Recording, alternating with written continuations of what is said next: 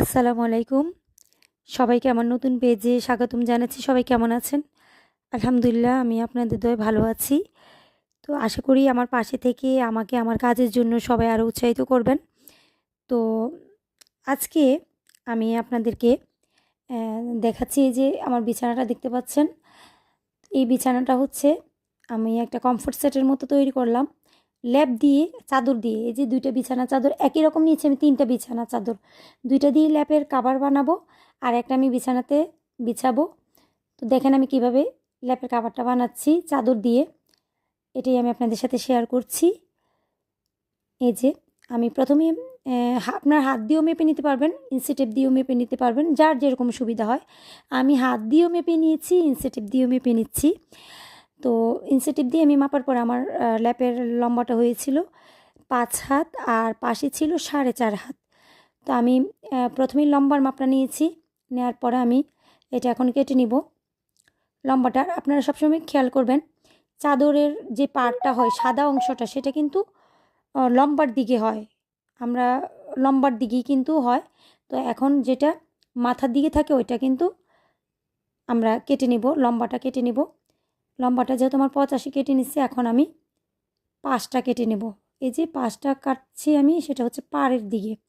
পাড়টা খেয়াল করবেন, পাড়ের দিকটা হবে পাশ। এখন আমি এটা কেটে নিব। কেটে নেওয়ার পরে আমি যে এখান থেকে যে টুকরাগুলা বের হবে সেই টুকরাগুলো কিন্তু কাজে লাগাবো। আপনাদেরকে পরে বলতেছি আমি এই টুকরাগুলো দিয়ে কী কাজ করতেছি।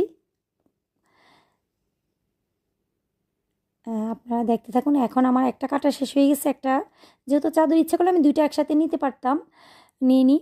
একটা করে কাটতেছি। যারা নতুন আপু আছে সেলাই করে তারা যেন বুঝতে সুবিধা হয়।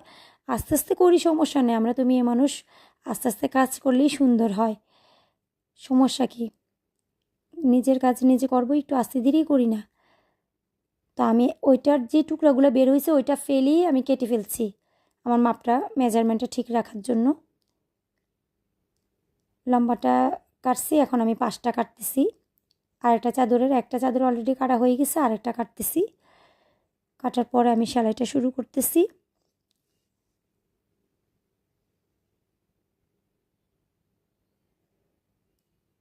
একদম সোজা, আপনারা একদম সোজা বানাইতে পারবেন। শুধু আপনারা যদি হাত দিয়ে মেপে নেন, আপনাদের সুবিধা মতো হাত দিয়েও মেপে নিতে পারেন, কোনো সমস্যা নেই। যাদের ল্যাপ বড়, বড় সাইজ নেবেন। শুধু আপনারা বা ল্যাপের উপরে কাপড়টা ফালাইও আপনারা কাটতে পারেন, তাও মানে নিতে পারবেন, যার যেভাবে সুবিধা হয়। এখন আমি ২ সেট সেলাই করে নিচ্ছি। নিচের সাইডটাও সেলাই করে নিলাম, ৩ সেট সেলাই হয়ে গেছে আমার। এখন আমি মুখের জায়গাটা এক অংশ বাকি আছে সেলাই। এখন যেহেতু ৭৫ ছিল, আমি এই পাশে ২০, ওই পাশে ২০ ইঞ্চি আমি দাগ কেটে নেব। দুই পাশে মাঝখানের অংশটা আমার খোলা থাকবে। তো মাঝখানের অংশটা হয়তো ২০ গেলে আমার যদি ২ ইঞ্চি সেলাই যায় তাইলে থাকবে আমার ৩৫ থেকে ২ গেলে আর থাকবে ৩৩। আপনারা ইচ্ছা করলে তার থেকে কমও নিতে পারেন, ২৫-৩০ও নিতে পারেন, কোনো সমস্যা নেই। যদি কেউ মনে করেন যে না আমার ৩৫ রাখলে বা তার চেয়ে একটু বেশি রাখলে সুবিধা হবে, ল্যাপটা ঢুকাইতে সুবিধা হবে, তাইলে আপনারা একটু বেশি রাখতে পারেন। আমি ঢুকানোর সুবিধার জন্য ৩৫ ইঞ্চি রাখছি।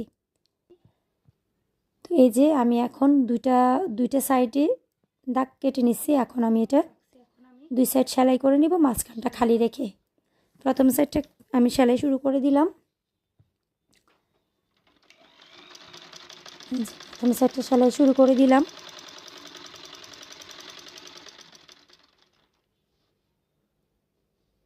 আর প্রত্যেকটা সেলাই ডাবল দেওয়ার চেষ্টা করবেন। ডাবল সেলাই দিলে কি হয়, যেহেতু আমরা ঘরে সেলাই করছি, এটা তো আর মার্কেটের সেলাইগুলো দেখবেন ল্যাপ তাড়াতাড়ি ছুটে যায়, ল্যাপের কাভারগুলা বাসায় আনার পরে।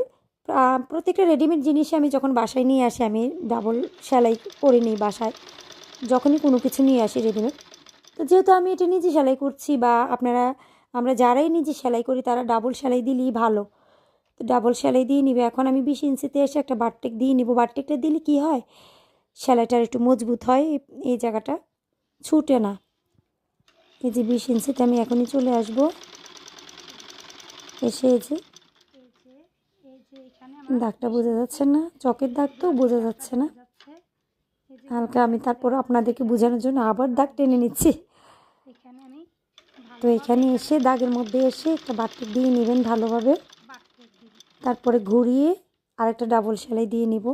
এখান থেকে ঘুরাই আমি আবার এটাকে এভাবে যে ঘুরিয়ে আরেকটা ডাবল সেলাই দিয়ে নিচ্ছি। তারপর আমি এক পাশ সেলাই শেষ হয়ে গেছে আমার, এখন আমি ওই পাশটা সেলাই করে নিব। এই পাশে 20 ইঞ্চি শেষ, এখন এই পাশে 20 ইঞ্চি শুরু করলাম। তারপরে মাঝের অংশটা আমি সেলাই করব।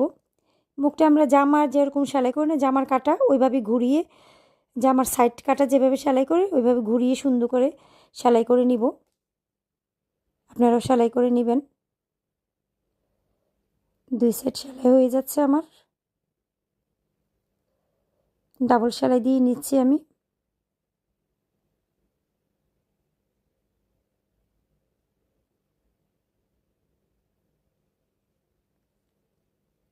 এখন আমি মুখটা সেলাই করে নিব। আমার একটু ঠান্ডা লাগছে, গলাটা বসে বসে আছে। কারো যদি বুঝতে সমস্যা হয় আমাকে অবশ্যই কমেন্টে জানাবেন, আমি আপনাদেরকে আবার বুঝিয়ে দেওয়ার চেষ্টা করব। যদি কোথাও কোনো প্রবলেম হয় বুঝতে আমাকে জানাবেন।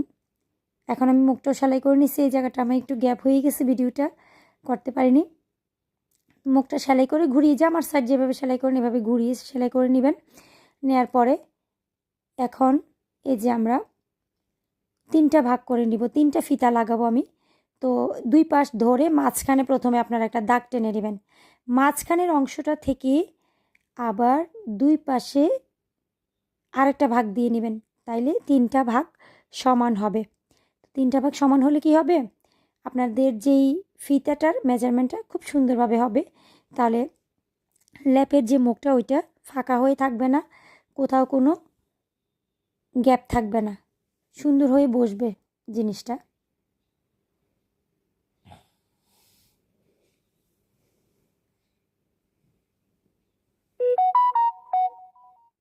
এখন আমি লাগিয়ে নিব ল্যাপের মধ্যে।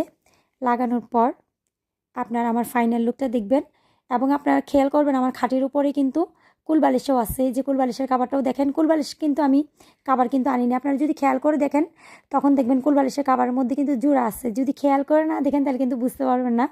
যে চিকন চিকন টুকরাগুলো বেঁচে গিয়েছিল সেটা দিয়ে আমি জোড়া দিয়ে কুলবালিশের কাভারটাও বানিয়ে ফেলছি। এখন আপনাদের কাছে কেমন লাগলো আমার এই সেটটা, ল্যাপ দিয়ে যে কমফোর্ট সেটটা তৈরি করলাম, বিছানার চাদর, তারপরে ল্যাপের কাভার, কুল বালিশের কাভার, আমাকে অবশ্যই জানাবেন, কমেন্টস করে জানাবেন কেমন লাগছে।